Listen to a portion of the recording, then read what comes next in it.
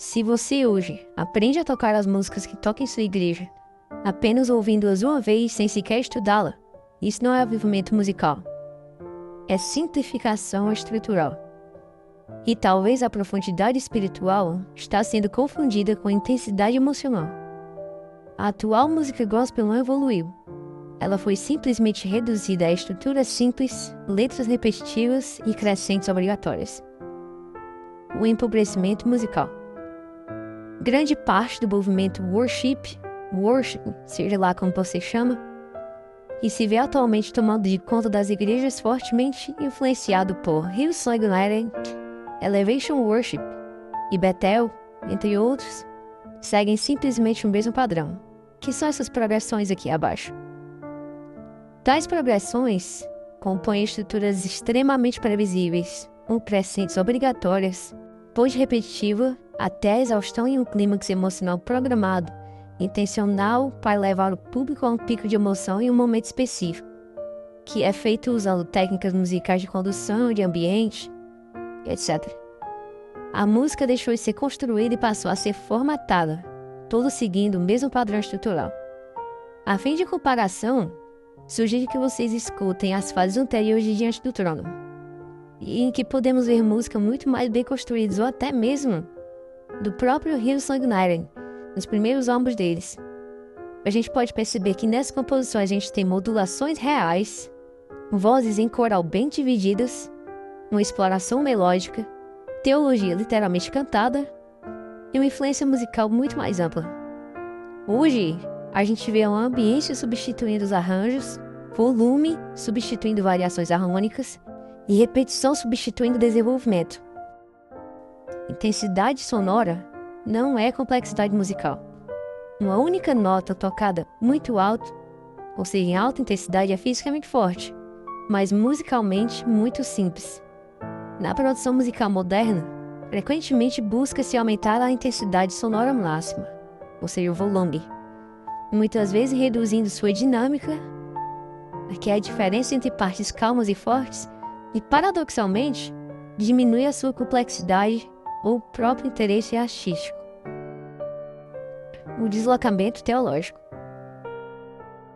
Antes, as músicas eram teocêntricas, ou seja, Deus era o centro da canção, o soberano, o motivo do qual aquela música foi composta, da adoração de Deus, envolvendo temas como a santidade de Deus, soberania, majestade e até mesmo as narrativas bíblicas.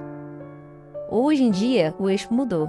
Em grande parte, as músicas focam muito mais no que o indivíduo humano sente, no que ele quer e no que ele pode. Ou seja, as músicas hoje em dia focam muito no que eu sinto, no que eu preciso, no que eu recebo, como eu me vejo. Deus aparece como a resposta do homem, a experiência que o homem tem, ou seja, a adoração deixou de focar em Deus para focar em mim, o que na minha opinião não faz o menor sentido. Em Lucas 4:8 está escrito: adora o Senhor por seu Deus e só a Ele preste culto. Em Salmos 95, versículo 6 afirma: vinde, adoremos e prostremo-nos, ajoelhemos diante do Senhor que nos criou. Essa convocação clara convida todos a uma adoração carregada de reverência e amor genuíno a Deus. A adoração deve ser feita com o mesmo espírito de devoção e amor, levando nosso coração a reconhecer a soberania de Deus.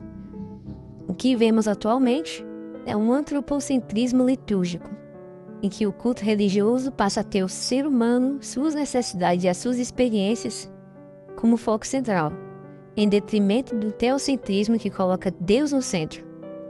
A adoração se torna voltada para o homem, para o que o homem sente e a sua vivência, muitas vezes buscando entreter ou satisfazer a assembleia, focado em temas motivacionais como prosperidade, superação e elevação da autoestima, o que, na minha opinião, não se difere praticamente nada de uma palestra de um coach qualquer, mas isso já é tema para outro vídeo.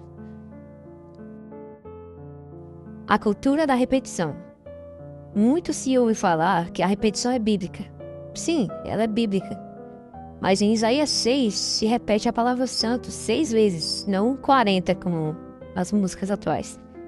Repetição na Bíblia intensificam um atributo de Deus, não substitui um conteúdo, como é o caso dos worship. Quando a música depende de repetir uma frase ou uma palavra por minutos, é porque não há densidade suficiente para sustentar a canção. Repetir não é aprofundar e prolongar não é enriquecer. Essa repetição que a gente percebe em excesso nas músicas do movimento worship é usada para manipular emoções, focando mais na experiência sensorial, ou seja, aquele clímax musical, do que na verdade bíblica. Mais se importa com o ambiente de clímax do que com o aprofundamento no conhecimento de Deus. Essa emoção nos leva para o próximo ponto, que é a indústria da emoção. Hoje, muitos grupos de louvor de igreja escolhem as músicas de seu repertório baseados nos seguintes pontos. Se a igreja pula, se a igreja corre, grita, chora, ri, se arrepia. Se a música escolhida provoca essas sensações, ela é considerada ungida. Se uma vez tocada, as pessoas esboçam essas reações, essa música passa a ser mais ungida, o que faz o fogo descer, ou coisa do tipo, retratando que tanto as composições quanto as escolhas de repertório que o pessoal escolhe nas igrejas buscam por sentimentos intensos como prova de espiritualidade. O foco exagerado em sentir a presença pode transformar o culto em uma experiência performática, onde o objetivo é a busca de euforia. O objetivo é a busca de euforia em vez de adoração e arrependimento, que exige uma entrega de vida. Progressões de acordes e repetições podem ser estruturadas para provocar choro, sensações físicas, confundindo a resposta psicológica com a agir do Espírito Santo. Porém, já vi muitos shows seculares também causar esse mesmo efeito, produzindo catarse, euforia, choro coletivo, grito em massa, etc. A verdadeira adoração, ela molda o caráter cristão quando é feita com Deus sendo o centro, definida mais pela atitude interna do coração do que um gesto físico, servindo para submeter o ser a Deus, não apenas para sentir emoções. Emoção como prova do Espírito. Existe algo ainda mais grave. As manifestações como correr, rir, gritar, pular, passaram a ser tratadas como evidência automática do Espírito. E quando alguém questiona, a resposta geralmente é a alegria é do Espírito. Vamos na Bíblia. Em Gálatas 5, a gente tem aquela passagem que fala sobre o fruto do Espírito, que é amor, alegria, paz, longanimidade, benignidade, mansidão e domínio próprio. Alegria não é só a euforia momentânea, é um estado constante baseado em Cristo. Se a alegria fosse explosão física, então os cristãos perseguidos que adoram em silêncio seriam menos espirituais? Não faz o menor sentido. Fruto é o caráter cultivado ao longo do tempo, não é uma explosão emocional de minutos.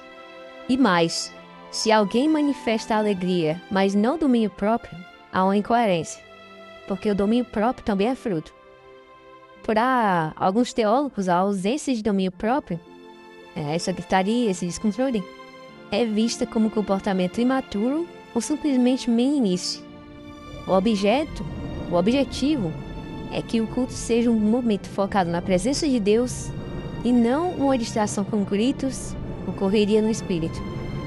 Alguns defendem que o espírito é que faz a pessoa correr, ou pular ou gritar.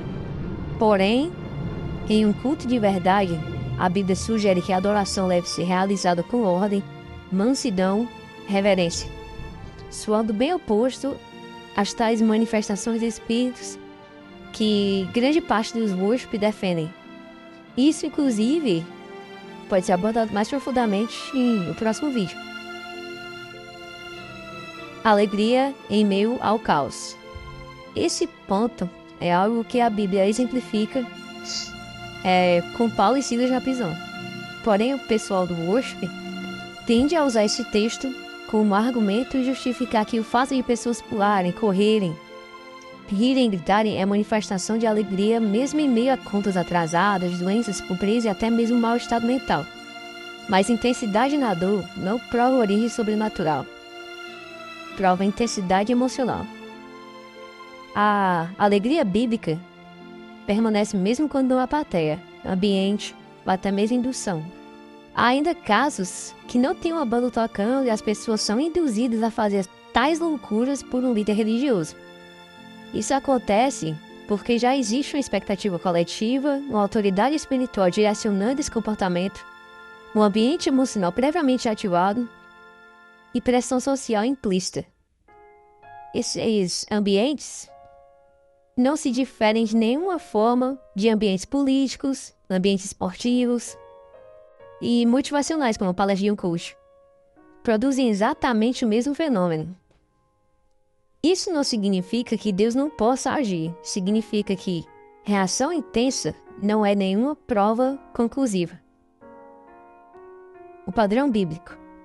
A Bíblia estabelece como evidência do Espírito santidade, arrependimento, transformação contínua, amor prático e a perseverança.